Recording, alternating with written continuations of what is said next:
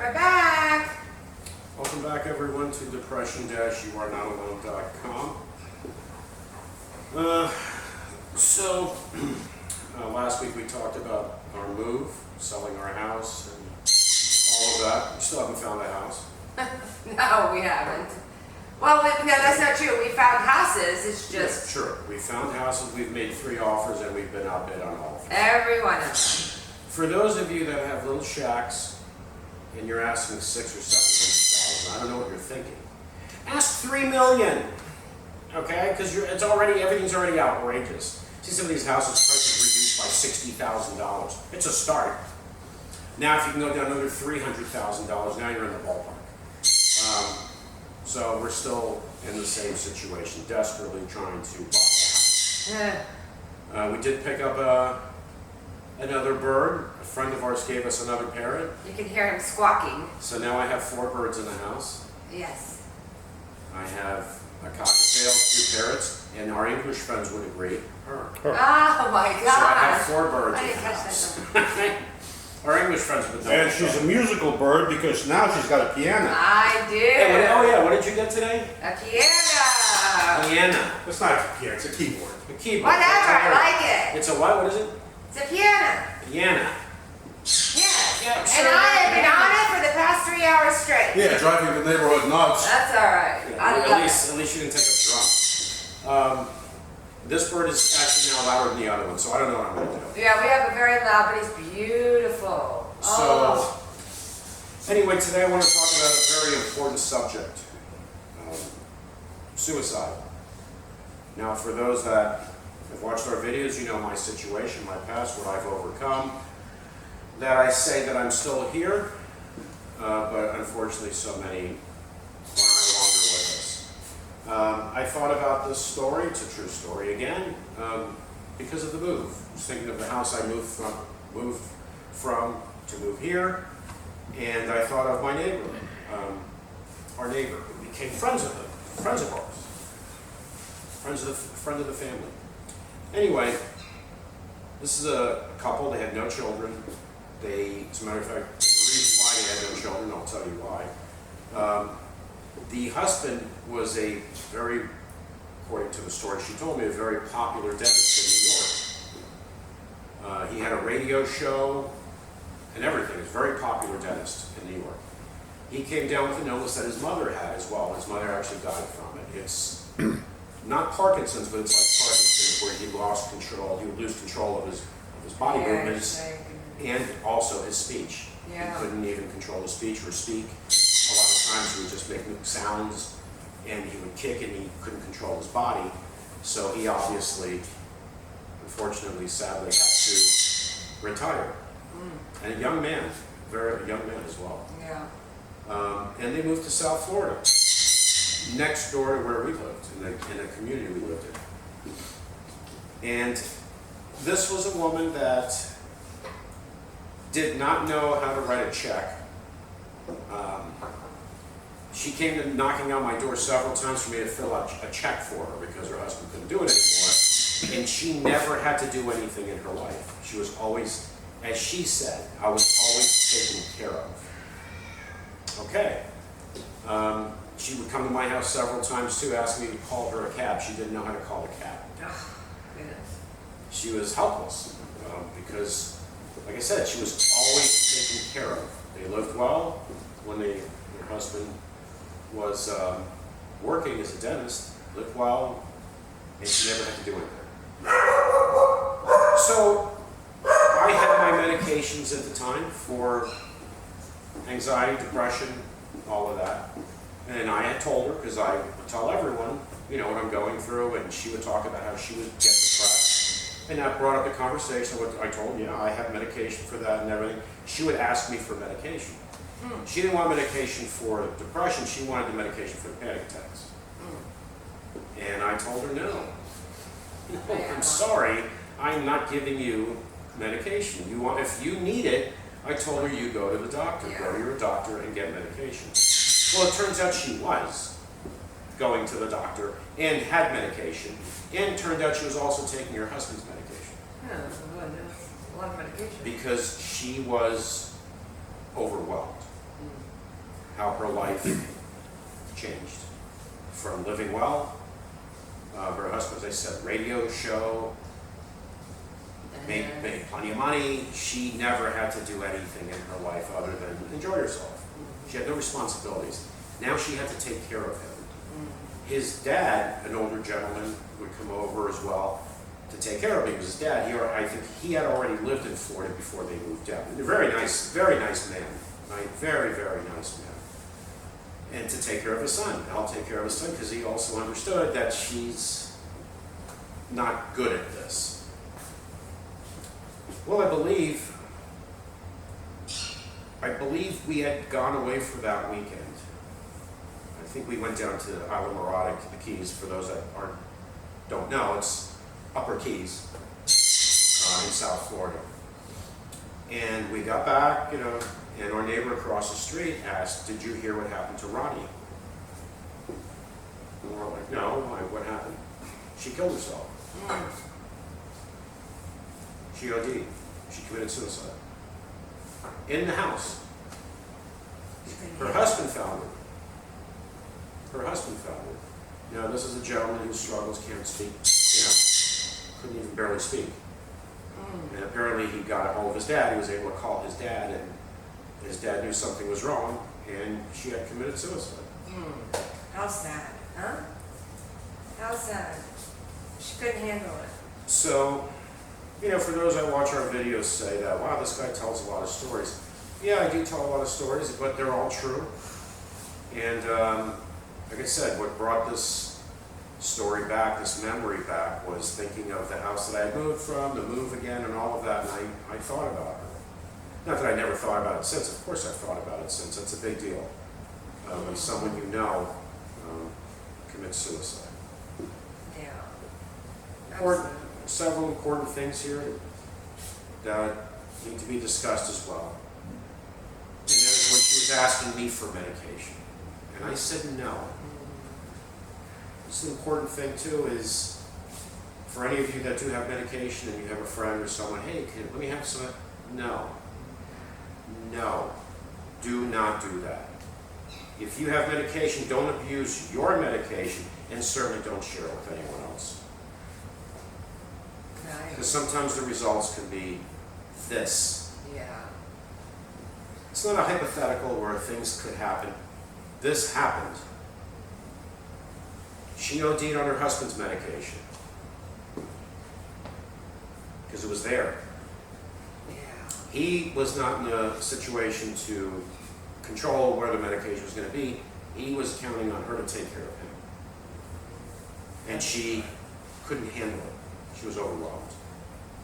Now, I'm not criticizing her for that. I understand that. I would go to their house, sit with them.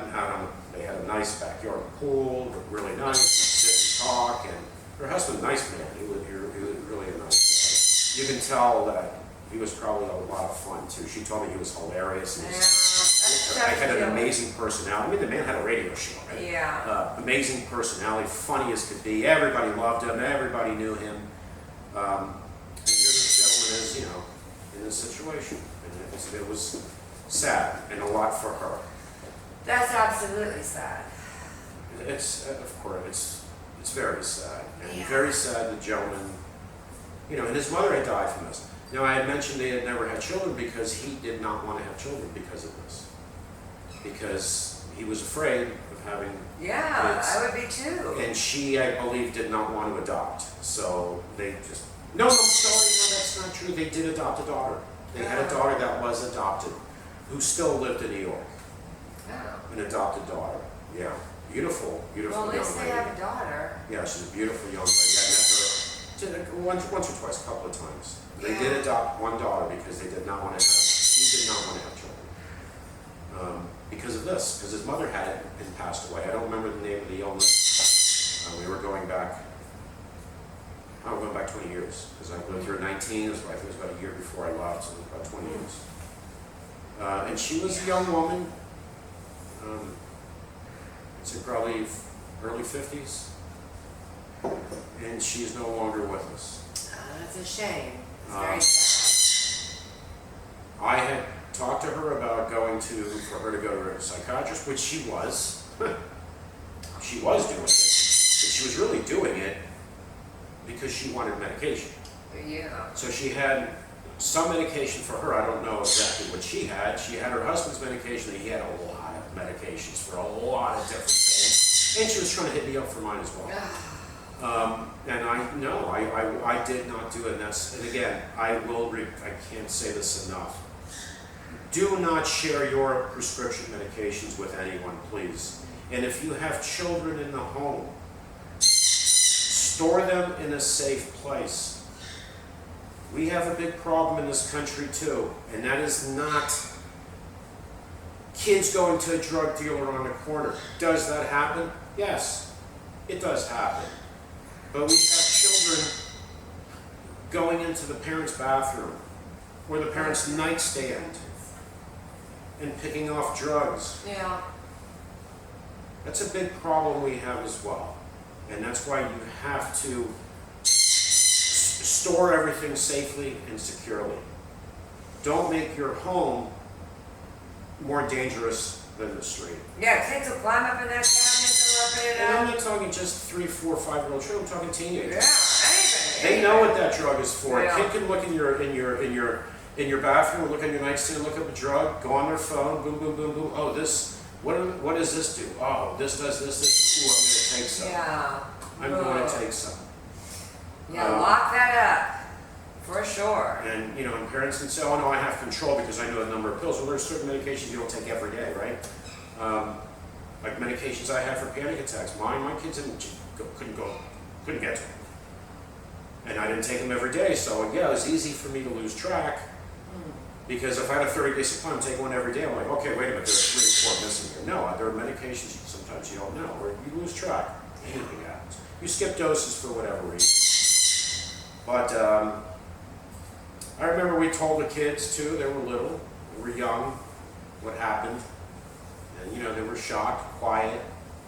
But they needed to know because they wouldn't see her anymore. Yeah. That's Because she was very good with the kids. She was very good about coming over to the house without knocking on the door, just opening the door and walking in the house. yeah, well, that's a whole other story. Yeah, that's a whole other story, but that's how comfortable she was, right? She would walk into our house.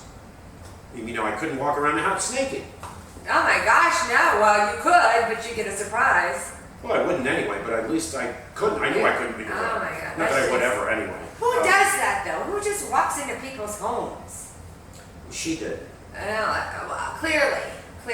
But, it shows too how comfortable she was in doing it, right? She felt she could. Yeah, but you should have said something to her. No, Boy, our I bird did is 7 or 8 noisy, times. isn't he? I think I did 7 or 8 times. Yeah. But, whatever, it doesn't matter. I guess our bird has a lot to say. It doesn't matter, but there are so many people that take that step. Yeah.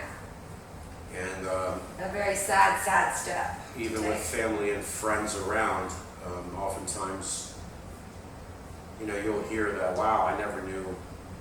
Like I've said many times, you hear this so many times after someone commits suicide, I never knew it was that bad. Yeah. I never saw this coming. I didn't know this, I didn't know that, I didn't know this, I didn't know that. Signs, most often there are signs. Yeah, you There are just gotta. signs. Change in personality, distancing themselves from everyone, isolating themselves. Just gotta pay attention. And I remember too from experience that change in personality, becoming calm, like decision's been made, so it's hard to explain, but where you've made that decision and this calmness comes over you because you've decided this is what I'm going to do. This is my out, it solves all the problems, and it does not. No, it does not. It does not, because there are solutions to problems. But I wanted to talk about this story. We post articles on our website about suicide. We have the link on our website. It's there permanently. It's always there on the right side of our homepage for Suicide Prevention Lifeline. That you can click on it, click on the link, if you have had those thoughts, a member of your family, if someone has verbalized that to you, if you see a change in personality, you know they're going through something and you see them isolating themselves, I'm not saying you go out and call the suicide lifeline right away, but you talk to them, you try to get them help before you have to get to that point, before it gets to that point. And if you're a veteran, we got the Veteran Crisis Line. Yes, And we'll have links below the video in the description and at the end of the video for both. yes, and those links have always been on our website, on our homepage. They're always there. I'm bringing it up now, but they've always been there. So if you know a veteran too, or if you are a veteran that is struggling, the links are there. And John will have it on the description too at the end of the video. On the description and the end of the video. And the end of the video. So please, if you know anyone that is struggling, look, when you see something, signs, things that bother you, that scare you, those are signs. Changes in personality, isolation, self-isolation. When these things happen, and then after the fact, people say, I didn't see this coming. I didn't know, those are signs. Changes in the personality is a huge sign. And isolation. And isolation. Especially if you know Absolutely. that someone, it has been struggling. You know they're going through depression or something. And you see them just declining. Those are signs. There can't be, I didn't see this coming. Yeah. I don't understand. How did this happen? The signs were there. But, sadly, in the world we live in, people don't have time for anything, for anybody. There's so much going on all the time. And then after the fact, it's the regret, the sadness, the heartache, the loss, And it's too late. the tragedy, because it's a tragedy. It is. And help is out there. Yes, there's the suicide lifeline you can call. If you see that it's gotten to that point, absolutely. But to not get to that point, there's professional help, psychiatrist and therapy, medication, combination of all if necessary. And yes, you can be on medication. Yes, you can be going to therapy. And the other thing too that's very much needed is support from family and friends. Very important. That sometimes is a game changer, right there. Because when people are struggling and they're alone, having to go to the psychiatrist or having to do this or having to do that, and they don't see support. Yeah, it's a big deal That's huge. when the people closest to you care, want to be a part of it, want to be a part of your healing, your process of getting better. Because you can get better. I'm still here. Yeah. You are. So I'm not saying, just saying it. Yeah. I've been there, done that, and I'm still here. Yeah. Absolutely, and I'm glad But, you're still here. Yeah. Yeah, this story bothers me. It brought back memories of that. And telling our kids, too, what happened. For children, this is, I don't understand that, but we had to explain to them what was happening. And it's a tough conversation to have. Yeah, well, of course it is. It's confusing. It's hard to understand why someone would kill themselves, right? Who would, when you're young, who would think about that? Why would somebody do that? And I saw in their eyes their confusion. They were hurt, confused. That's what it does. Yeah. Suicide just doesn't affect a person that killed themselves. Obviously, it's everyone they've left behind, friends, family, and whatnot. Yeah. I agree. very devastating. Very, very devastating. And the signs The signs are there. are there. Yeah, you just gotta pay attention. Look for those signs of withdrawal. You know. I've said this before. You know, celebrities are no better than you or me or on any of us. They're people. But I've said this before. When you hear of a celebrity committing suicide, I've said this in other videos. Those of you that have watched them know. Those of you who haven't, you can go back and you can also look back at my story, so you know that I'm talking about something I've been through, lived through, survived. Is when these celebrities take their lives and then they'll do a documentary a year later, right, or 2 years later, you will hear from friends and family, I knew there was something, right? I've said this before. Yeah. You watch these documentaries. I knew there was something. I knew he was hurting or she was hurting. I knew this was going on or that was going on. I didn't know it was this bad. Yeah. Now they're gone. They sure are. I'm just saying this so please no one is ever in that situation of saying, I knew there was something, I knew this, I knew that, I didn't know it was this bad, now it's too late. Don't let it get to that point. Now it's too late. Maybe if you had been more supportive and stepped in, because we're willing to step in on so many things, right, that aren't important. So many things. Because that's where our attention span is, on me right now, for so many. But if maybe if you had stepped in, if these friends had stepped in, or family had stepped in, they wouldn't be saying, I didn't know it was this bad. Well, now, what is there to know now? It's too late. It's all too late. All too late now. So folks, I just want to say, if you or anyone you know is thought of suicide, shown any signs, please step in, Yeah. reach out, and if necessary, if you feel that you need it for yourself or for a friend or a family member, you can call Suicide Prevention Lifeline. The link is on our website, as I said, on the right-hand side. Also, the Veterans Support Crisis Crisis Line line. is also on our website. It's always been there on the right side of our homepage. Please go to it. You can also call 800-273-TALK, which is 800-273-8255. Again, it'll be in the description at the end of this video and on our website. So please, I urge you, do not overlook things thinking, well, it'll go away. It'll get better. It's a phase. Don't make excuses for not stepping up. Just step up and be there for someone. You may save someone's life.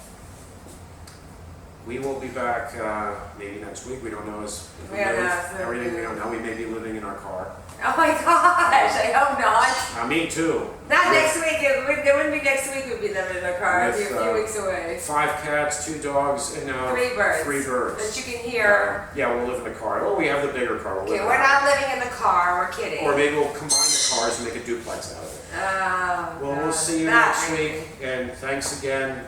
Visit our website, www.depression-youarenotalone.com.